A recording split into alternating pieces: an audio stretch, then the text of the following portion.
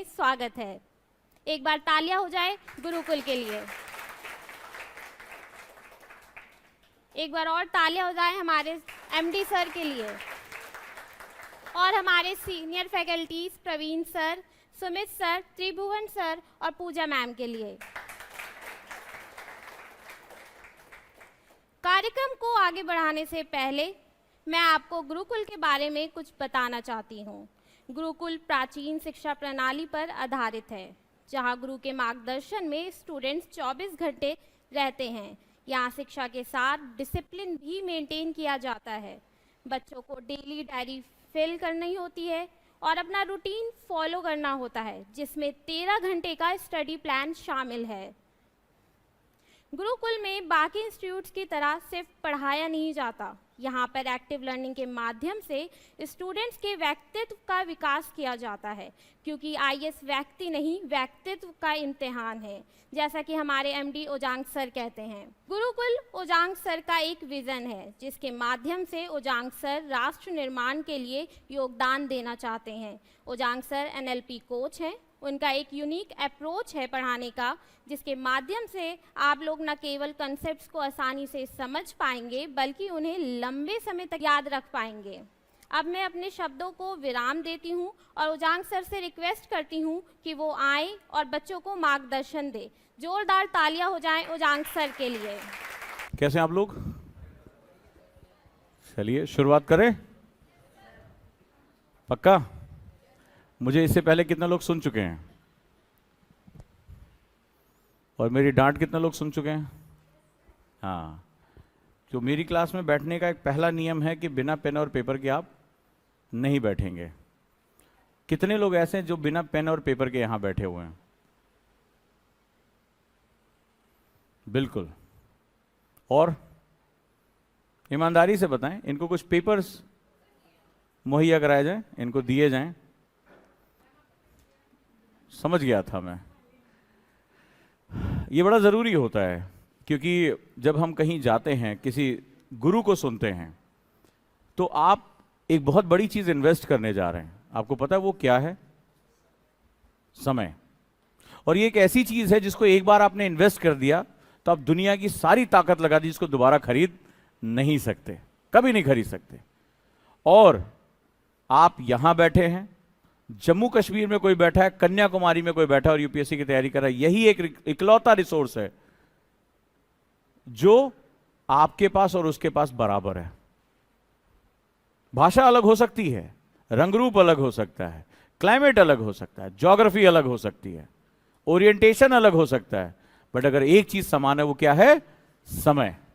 तो अगर आप लोग गुरुकुल में आए हैं तो सबसे पहले जिस चीज की आपको सबसे पहले इज्जत करनी है, अपने गुरु से भी ज्यादा, वो है अपने समय की। क्योंकि जो समय की इज्जत कर पाएगा वही गुरु को ध्यान से सुन पाएगा, और जो अपने गुरु को ध्यान से सुन पाएगा वही गुरुकुल का हिस्सा बन पाएगा। कुल यानी परिवार, परंपरा। तो गुरु का परिवार है ये गुरुकुल। तो गुरु के परिवार में एक हिस्सा बनने के लिए पहली शर्त है पात्रता, जिसे कहते हैं एलिजिबिलिटी क्राइटेरिया। सुना हो ना ये शब्द कि आप एलिजिबल हो या नहीं हो? तो एलिजिबल वो होगा जो वास्तव में अपने समय की कदर करता है। और समय की कदर करने का क्या मतलब हुआ? How to respect your time. मूर्ति बना के फूल चढ़ाना, और क्या चीज है? समय की कदर कैसे करते हैं? How to respect your time. Pen नहीं लेकर आए थे? गुड। हाँ, तुम ज्यादा अच्छा बता पाओगे। मैं चाहता हूं कि मुझे डायरी दे दी जाए, जो हमारी गुरुकुल की डायरी है। हाँ जी। हर चीज़ का सर एक प्रॉपर टाइम होता है। अगर वो चीज़ उसी टाइम पर हो जाए ना, तो हम मान सकते हैं कि हमने टाइम का सही उपयोग किया है। अगर वो उससे दोबारा हम आगे पोस्टपोन करते जाएंगे तो शायद हम अपना टाइम ही खराब कर रहे हैं। अच्छा, आप में से कितने लोग इससे पहले कोई और बड़ा सपना देख चुके हैं? आईएएस से पहले, यूपीएससी से पहले, आईआईटी, नीट, सीए, कुछ भी, और आपको लगता है कि आपके पास सब कुछ होने के बावजूद आप उसको पूरा नहीं कर पाए? कौन, कितने लोग हैं यहाँ पे? इससे पहले किसी प्रतियोगी परीक्षा, कॉम्पिटिटिव एग्जाम की तैयारी, और आपको लग रहा है कि आपने ही खुद को हराया था, किसी और ने नहीं। आप दुनिया को बता सकते हो आप दुनिया को सारी चीजें बता सकते हो, लेकिन आपको एक्चुअली में पता था कि आपको हराने वाला कौन था? आप स्वयं। और अगर कभी एनालिसिस करके देखना तो आप पाओगे उसका सबसे बड़ा कारण है कि आपने अपना टाइम मैनेज नहीं किया। अब जो मैं आपसे बात करने जा रहा हूं, ये गुरुकुल परिवार का, जो गुरुकुल हमारी परंपरा है, उसका सबसे बड़ा सेगमेंट है और वो ये है, ठीक है। ये आपका सबसे, इस परिवार में आने के बाद सबसे जरूरी चीज आपकी ये रहेगी, क्योंकि ये जो टाइम है ये बहुत ही महत्वपूर्ण होता है। इसका विज्ञान बहुत इंपॉर्टेंट है। हम सभी को पता है कि ये रेत की तरह पिघल रहा है, ये हाथ से निकल रहा है, उसके बावजूद भी हम खुद को परिवर्तित नहीं कर पा रहे हैं। आप इतने बड़े हो चुके, आप अभी नर्सरी में होते, केजी में होते तो कुछ अलग बात थी। आपको कितनी बार पता है कि जब भी हम किसी को सुनने जाएं तो उसकी बातों को लिखें, उसकी बातों को समझें, घर जाकर रिवीजन करें, उसको अपनी लाइफ में उतारें, तभी तो हम सेमिनार में जाते हैं। और किस लिए सेमिनार में जाते हैं? हम क्यों किसी क्लास को ज्वाइन करते हैं? इसीलिए मैंने अभी तक देश का सबसे बड़ा ओरिएंटेशन क्लास को रखा है। ये हफ्तों चलेगी, ये लगातार चलेगी, क्योंकि मुझे पता है कि एक बार बोल देने और तुम्हारे एक बार सुन लेने से अगर कुछ बदल जाता तो ये उम्र चौथी और 5वें साल में थी, अब नहीं रह गई है। अब तो ये मिट्टी पक गई है, अब तो इसमें बहुत तपिश जिंदगी की आ चुकी है, तो हमारे इसको घाघ बोला जाता है, ठीक है। तो अब इसको रीशेप करने के लिए पहले पिघलाना पड़ेगा। जब कोई लोहा आकार ले लेता है और दोबारा आप कोई आकार देना चाहते हो कि यार ये अच्छा नहीं बना, तो आप उस लोहे को पीट के नहीं बना सकते। क्या करना पड़ेगा? उसे पिघलाना पड़ेगा। तो पिघलाने का नियम क्या है? पिघलाना, इसका मतलब आपको एक्स्ट्रा ताप देना पड़ेगा। यानी यहां का जो माहौल है, यहां का जो एटमॉस्फेयर है, ये वही है। आपको ताप मिलने जा रहा है। ये जो शेड्यूल यहां पर बनाया जा रहा है, जो आपको ये कहता है कि आपका जो रिसोर्स है 24 घंटे, गुरुकुल सिर्फ 24 घंटे का एक खेल है। हम प्रतिदिन की बात करते हैं, सुबह उठने से लेकर रात में सोने तक। ना हम कल की बात कर रहे हैं, ना हम परसों की बात कर रहे हैं। हमारी ट्रेनिंग ये एक दिन की है, आज का दिन, बस तुम्हें इस पे फोकस रखना है। 50 अभी तक, इससे 2 पहले बच्चे बैच बन चुका है, ढेर सारी चीजों के साथ यहां आए। किसी को ओवर थिंकिंग की प्रॉब्लम, किसी को दोपहर में खा के सोने की प्रॉब्लम, कोई देर तक पढ़ नहीं पाता, कोई देर तक जग नहीं पाता, कोई जल्दी उठ नहीं पाता। अरे अगर 120 लोग तो 120 दिमाग यहां आए थे, तो उन सबको पहले तपिश दी गई। पहले कहा बैठना है तुम्हें यहां पे, और जब ये चीज शुरू हुई तो धीरे धीरे वो पिघलने शुरू हुए। और जब पिघलता है, आपके अंदर से अगर अशुद्धि निकालनी है, अगर इंप्योरिटी निकालनी है, तो क्या होता है तरीका? उसको, एक सॉलिड चीज है, उसके अंदर कुछ इंप्योरिटी है और तुम्हें उसके अंदर से निकालना है। कैसे निकालोगे? उसको जब पिघलाओगे तब छाना जाता है। कभी अपने घरों में देखना, हमारी मदर इस बात को बहुत अच्छी तरह समझती हैं। जब घी से अशुद्धि निकालनी होती तो क्या करते हैं? उसको गर्म करते हैं, जब तरल हो जाता तो छान लेते हैं, छान के गंदगी निकाल देते हैं। तो इसका मतलब है कि हमें यह बात पता है कि हमें पहले पिघलना पड़ेगा, और पिघलता अपने आप नहीं है इंसान, उसको एक एटमॉस्फेयर देना पड़ता है। तो गुरुकुल एक एटमॉस्फेयर है।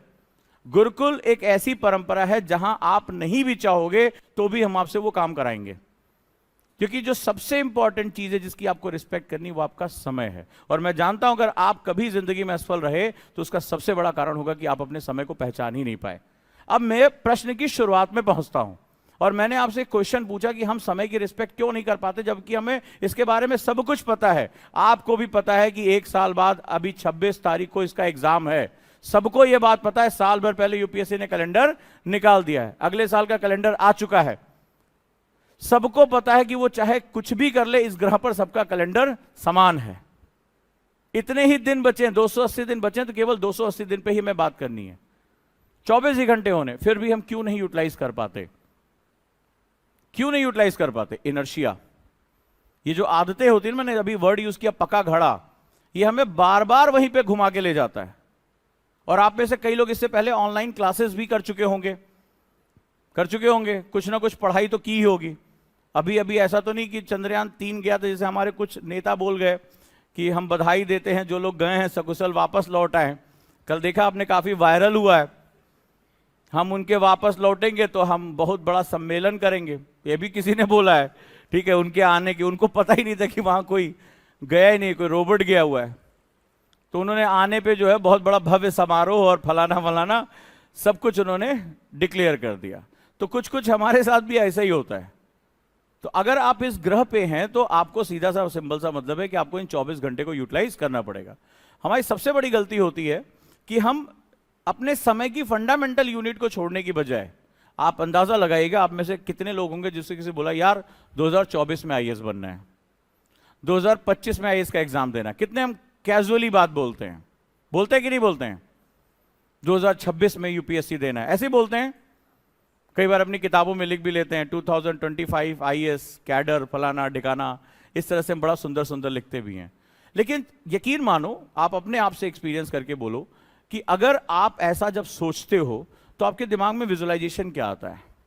बड़ा रिलैक्स का ये आता है ना कि अगले साल एग्जाम देना। अभी कौन सा चल रहा है? 2023। अगले साल मुझे एग्जाम देना है। और जैसे ही ये बात हमारे दिमाग में आती है हम बड़ा रिलैक्स हो जाते हैं, हमें प्रेशर फील नहीं होता है। ऐसा होता है? वो प्रेशर, अभी जैसे किसी ने कहा कल एग्जाम है, आप देखिए अचानक से आपका कंसंट्रेशन बढ़ जाता है, आपकी नींद गायब हो जाती है, आप बहुत मेहनत से पढ़ने लगे। ऐसे आपने कितनी परीक्षाएं जिंदगी में पास की होंगी, पलट के देख लीजिए, अचानक से आपके अंदर दिव्य शक्तियां जागृत हो जाती हैं। तो समय को लेकर हम बहुत कैजुअल हैं, और ये जो कैजुअलिटी है ये डे वन से हमें ये सिखाया जाता है कि एनसीईआरटी कैसे पढ़े, हमें सिखाया जाता है कि बिपिन चंद्रा कैसे पढ़े, हमें सिखाया जाता है लक्ष्मीकांत कैसे पढ़े, लेकिन हमें यह नहीं सिखाया जाता कि जिस समय के अंदर आपको यह पढ़ना और लिखना है, दो बातें मैं कह रहा हूं, रीड एंड राइट। केवल रीडिंग से काम चल जाता तो भी काम है, वो सुनते ही नहीं है। वो कहते हैं कि 1750 नंबर हम तुम्हें तब देंगे जब तुम ये सारे पेपर में रिटर्न लिख कर आओगे। तुमने कहा अरे नहीं हमारे चाचा विधायक हैं, बोले हमें नहीं मतलब है तुमसे, हम तुम्हारी सिर्फ कॉपी जानते हैं भाई। बोले हम फलनवा के जो है रिश्तेदार हैं। जैसे होता है ना ट्रैफिक पुलिस जब पकड़ लेता तो आप उसको सिखाते हो तो फोन लगाएं क्या, तो वहां काम ही नहीं होता है। वो तो कहते हैं कॉपी में आप इतने डिसिप्लिन के साथ इतने टाइम में ये वर्ड्स लिख दो, हम आपको सेलेक्ट कर लेंगे, आप कहीं से भी आए हो। तो इसका सीधा सा मतलब हमारी फंडामेंटल यूनिट, हमें कहीं पर भी ये नहीं सिखाया जाता how to respect your time. And I am declaring about the respect of the time. तो रिस्पेक्ट मतलब ये थोड़े ना एक रिस्पेक्ट होता है, जैसे हमारे कई नेताओं ने रिस्पेक्ट दिया चंद्रयान 3 को, आप भी उसी तरह से रिस्पेक्ट देने लगते हो कि अगले साल एग्जाम है ना, 1 तारीख होगी, और रेजोल्यूशन आजकल एक नया वर्ड निकला हुआ है, ठीक है, हम 1 तारीख को कसमें खाएंगे कि इस बार तो अब 4 महीना खूब मन लगा के पढ़ेंगे, और फिर वो 4 महीने बीत जाते हैं, फिर अगले साल के लिए कसमें खाई जाती है। वो यहां नहीं है। Gurukul is all about one day. Gurukul में हम सबसे पहले आपको ये चीज सिखाते हैं, जब आपको ये डायरी दी जाएगी तो हम आपको MIT सिखाएंगे, मोस्ट इंपॉर्टेंट टास्क। हम दिन पे भी नहीं, हम टास्क पे आ जाएंगे, यानी आज के दिन में किया जाने वाला सबसे महत्वपूर्ण काम, और हफ्तों आपको ये करना पड़ेगा, हफ्तों आपको ये काम करना पड़ेगा। तो हम आपको सबसे पहले यहां पर इस डायरी को अगर आपने देखा होगा, या अभी जो गुरुकुल के स्टूडेंट होंगे, इसमें कितने बच्चे हैं जो गुरुकुल में एनरोल्ड हैं? बहुत से लोग तो रक्षाबंधन मना के ही आएंगे, ठीक है, कसमें उसमें लेके आएंगे। उन्होंने बता दिया है कि 30 तारीख के बाद।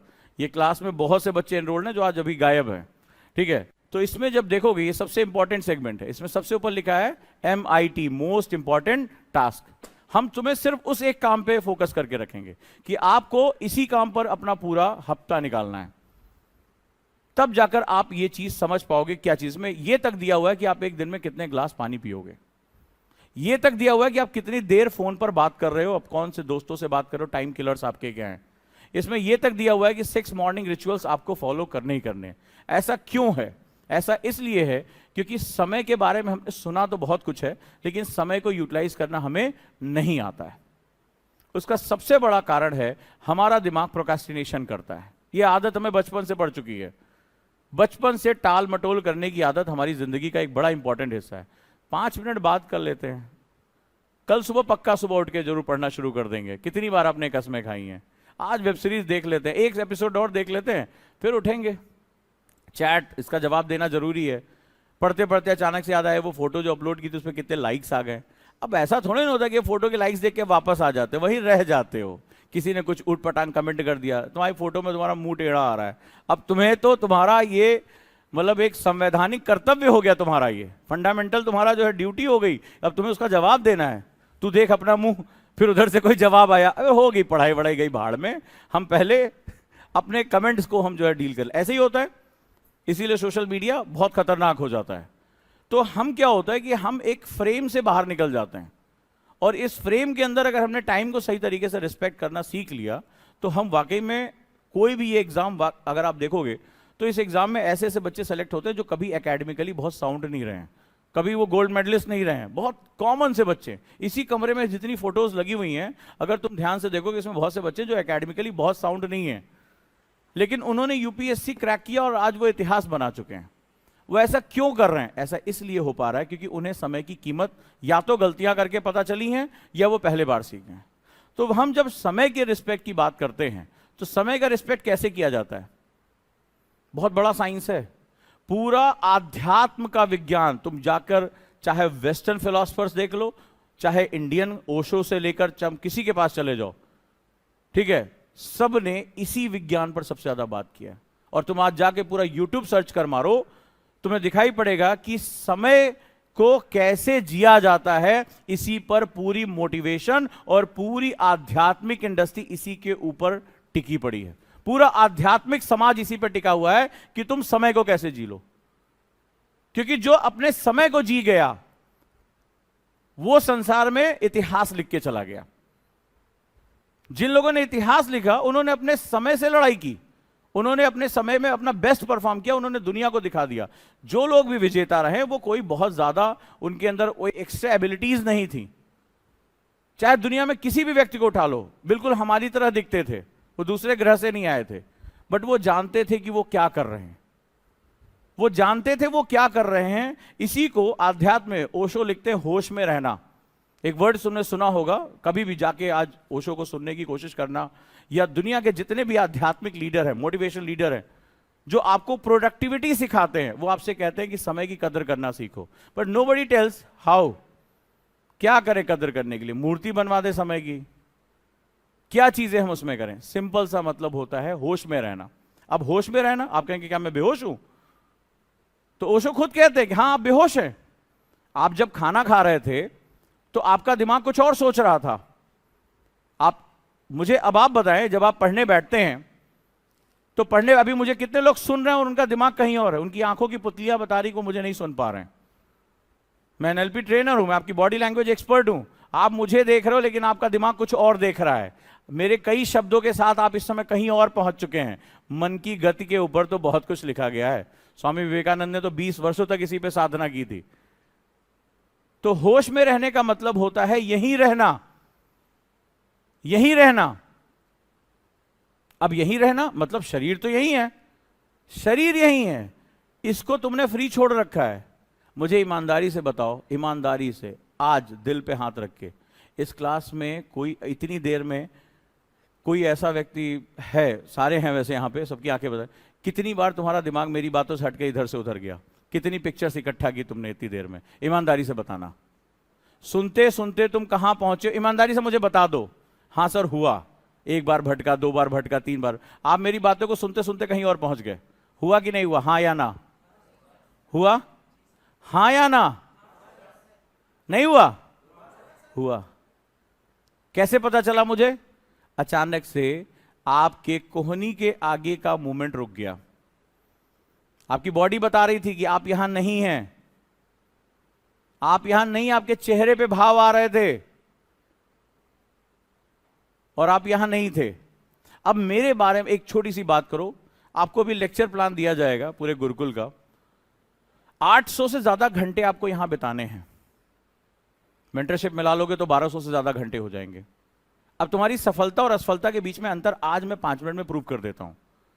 तुम्हारे जीवन से अगर मैं 1200 घंटे निकाल देता हूं, 1 साल बाद तुम्हें एग्जाम देना है और तुम 1200 घंटे बेहोशी में बीत गए तुम्हारे, और आज तो तुम पहली बार आए हो, किसी इंटरेस्ट के साथ आए होगे, कैंपस देखा होगा। सोचो ऐसे बहुत से सब्जेक्ट आएंगे जिसमें तुम्हारा इंटरेस्ट नहीं होगा।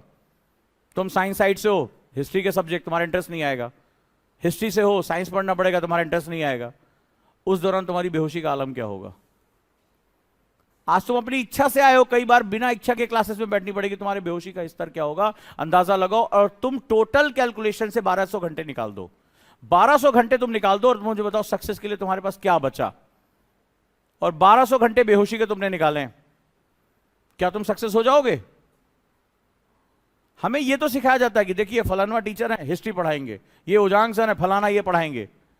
इन्हें ना एग्जाम देना है और ना इन्हें वो प्रेशर डील करना है।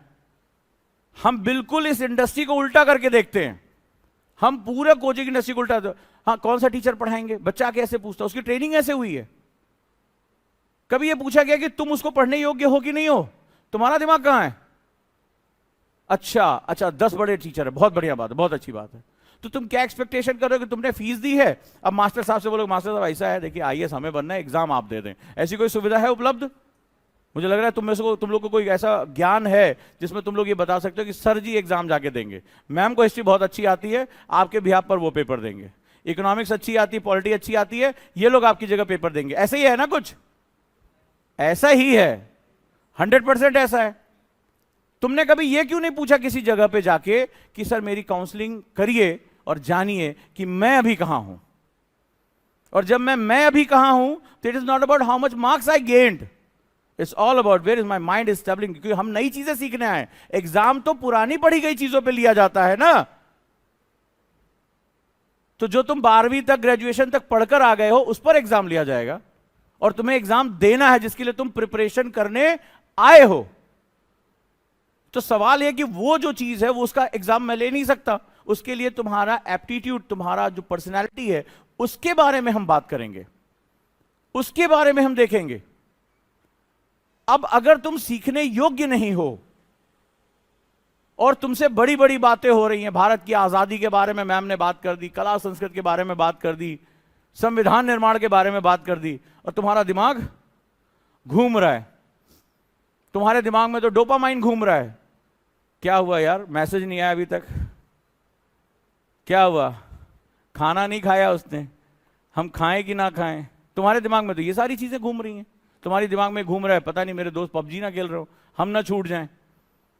तो अब तुम्हारे सामने ये चैलेंज आ गया, तुम्हारा जो काउंसलिंग नहीं हुई, और तुम ये सोच रहे थे कि हम फलानवा एकेडमी पे आ गए जिसका ऐड हमने बहुत देखा है, तो हमारा सिलेक्शन पक्का है। मोस्टली मैं बता रहा हूं 99% बच्चे इसी मूड के साथ आते हैं, जबकि ये गलत है, ये इंडिविजुअल लड़ाई है तुम्हारी।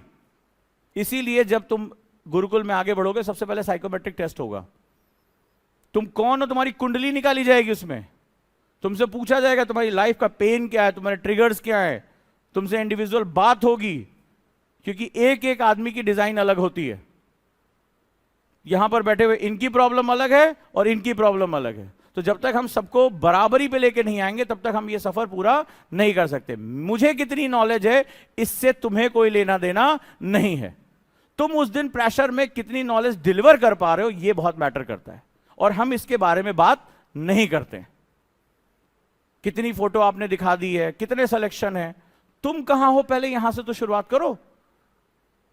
और शुरुआत में जो सबसे इंपॉर्टेंट कॉन्सेप्ट, जब तुम शुरुआत में आओगे तो गुरुकुल में तुम्हें उलझन होगी, बिकॉज यार सब्जेक्ट की डेप्थ में नहीं जा रहे हैं। हम सबसे पहले तुम्हारी पर्सनालिटी पे काम करेंगे। तुम कितने ग्लास पानी पी रहे हो, तुम कई बच्चों ने कहा कि इससे क्या लेना देना कि हम कितने ग्लास पानी पी रहे हैं। हम साइंस बताते हैं कि इसके तुम्हें क्या होगा 3 महीने बाद, और 1 महीने बाद बच्चा के एक्सेप्ट करता है, हाँ वही हो रहा है हमारे साथ। क्योंकि ये माइक्रो चीजें हैं जिस पर अगर आप ये काम नहीं करोगे तो तुम्हारी ये जो बॉडी है ना, ये काम ही नहीं, साथ ही नहीं देगी। अब तुम अंदाजा लगाओ, बहुत से बच्चे नहीं फॉलो करते हैं, 4 दिन बाद खबर आती है कि सर तबीयत खराब है। अब तबीयत खराब है, तुम ऑप्टिमम परफॉर्मेंस कर पाओगे? कर पाओगे? फिर कहते हो कि साहब दोष देना शुरू करते हैं कि सिलेक्शन नहीं हुआ, फलाना नहीं हुआ, ढिकाना नहीं हुआ। सिलेक्शन के बड़े तगड़े नियम होते हैं। तो जो पहली चीज जिस पर हम बात करने जा रहे हैं वो समय होगा। अब ये विज्ञान इतना बड़ा है, मैंने कहा ना कि पूरे संसार की मोटिवेशन इंडस्ट्री और पूरा आध्यात्मिक जगत सिर्फ इसी पे है। अगर तुमने ईश्वर प्राप्ति एक शब्द सुना होगा कि पूरा अध्यात्म किसके बारे में बात करता है? ईश्वर की प्राप्ति। ईश्वर की प्राप्ति का मूल साधन क्या है? साधना। आप एकाग्रता साधना करते हैं, साधना का मूल तत्व क्या है? ध्यान। और ध्यान का मूल तत्व क्या है? ध्यानम निर्विष्यस्य मनः, मन का विषय रहित हो जाना ध्यान है। और मन विषय रहित यानी मैं ये सोच रहा हूं कि मैं नहीं सोच रहा हूं, तो मैं सोच ही तो रहा हूं कि मैं नहीं सोच रहा हूं, यही तो है। मैं ये सोच रहा हूं कि मैं नहीं सोच रहा हूं, तो मैं क्या सोच रहा हूं? कि मैं नहीं सोच रहा हूं। यही तो सोच रहा हूं, नहीं समझे? यही है ध्यानम निर्विषयस्य मनः, यानी मन किसी विषय से हट जाए जब, तो वो ध्यान की अवस्था होती है। और आंख बंद करके ये सोचना कि मैं ध्यान लगा रहा हूं, तो मैं ध्यान के विषय में सोच रहा हूं, मैं ध्यान नहीं लगा रहा हूं। हर समय मन भागता रहता है। पूरा आध्यात्म इसी एक बिंदु पर टिका हुआ है। तो जब आप कभी भी किसी भी महापुरुष को पढ़ोगे, चाहे स्वामी विवेकानंद हो गए या कोई भी महापुरुष है, वो कहते हैं कि मन कब स्थिर होगा? मन तो चंचल है। ध्यान किसे कहेंगे? कहेंगे ध्यान इसी क्षण में है, ध्यान इसी क्षण में है, यहीं पर है, यहीं पर है। समय तो लगातार चलता रहता है। अभी जो वर्तमान है ये पास्ट हो गया, अभी जो मैंने बोला था वो क्या है? वर्तमान नहीं है, वो अतीत है। और जो होगा वो भविष्य है। भविष्य वर्तमान हुआ, वर्तमान पास्ट हो गया, यानी ये लगातार चल रहा है। तो हम किसी एक जगह रुक नहीं सकते। पूरे संसार का आध्यात्म इसी बिंदु पर टिका हुआ है, सिर्फ इसी बिंदु पे। इसका मतलब है कि अगर आपको एनलाइटमेंट पाना है, बुद्ध को पढ़िए आप, तो एनलाइटमेंट का कॉन्सेप्ट क्या था? जो बुद्धत्व है वो क्या है? स्वयं को जानने के लिए तुम्हें मन की गति को समझना पड़ेगा, पूरा अध्ययन। तो मन की गति कुछ और नहीं है, समय की गति है। जो समय में यहीं ठहर गया वही इसके साथ है। अब ज्यादातर तुम देखना, कभी अपने बारे में सोचना, मैं ये बातें क्यों कर रहा हूं, क्योंकि कई स्टूडेंट की काउंसलिंग करने के बाद मुझे उसकी कमी पता चली। 99% टाइम हम या तो पास्ट में होते हैं या फ्यूचर में होते हैं। तुम्हारे दिमाग भटकने का सबसे बड़ा, तुमने किताब खोली, कोई बात हुई, अचानक से तुम्हें भविष्य याद आने लगेगा। यार कैसा लगेगा उस गाड़ी से उतर के, आगे कलेक्टर लिखा होगा। रील्स जो तुमने देखी, आजकल रील्स पे बहुत लोग पढ़ाई कर रहे हैं, रील्स पे बहुत आईएएस बन रहे हैं, वो कलेक्टर बन के कैसा लगेगा। फिर अचानक से कलेक्टर की बात आ गई तो गांव वाले कलेक्टर के बाबूजी जहां जिस ऑफिस में गए थे वहां की याद आ जाएगी, पास्ट में कोई घटना हुई थी। फिर वहां से तुम्हारे मन में गुस्सा आएगा, बदला लेंगे। अब देखो कहानी कैसे चल रही है, अभी चल रही होगी तुम्हारे दिमाग में, ये सब चल रहा होगा। तुम्हारा मन अस्थिर है, तुम्हें कहीं रुकने नहीं दे रहा है, कहीं रुकने नहीं दे रहा है, तो इसीलिए क्या कर रहे हो? भाग रहे हो। तो गुरुकुल में हमने इस बात को समझ लिया। तो गुरुकुल में हमने दो काम कर दिया। मान लो जैसे इस कमरे में बहुत सी जगह है और मैं तुमसे कहूं भागो, तो तुम क्या करोगे? भागोगे। मन को कैसे नियंत्रित करते हैं? मन और समय, ये साइंस लिख लो। अब देखो तुम लोग क्या कर रहे हो, नहीं लिख रहे हो। ये तुम्हारे अंदर की नशिया, सबसे ज्यादा डांट इसी बात के लिए पड़ेगी, क्योंकि गुरुकुल बहुत वैज्ञानिक अवधारणाओं पे बनाया गया है। क्या कारण है कि आज 2-2 महीने, 2.5-2.5 महीने के अंदर गुरुकुल के जो बच्चों ने 2-2 कॉपियां भर डाली आंसर राइटिंग की? ऐसा नहीं था। इससे पहले उसमें से ऐसे बहुत से लोग थे जिन्होंने जिंदगी में एक आंसर नहीं लिखा था, एक आंसर नहीं लिखा था, और आज उन्होंने मोटी मोटी कॉपियां भर डाली हैं। वो परिवर्तन करने के लिए हमने कुछ वैज्ञानिक नियम बनाए थे।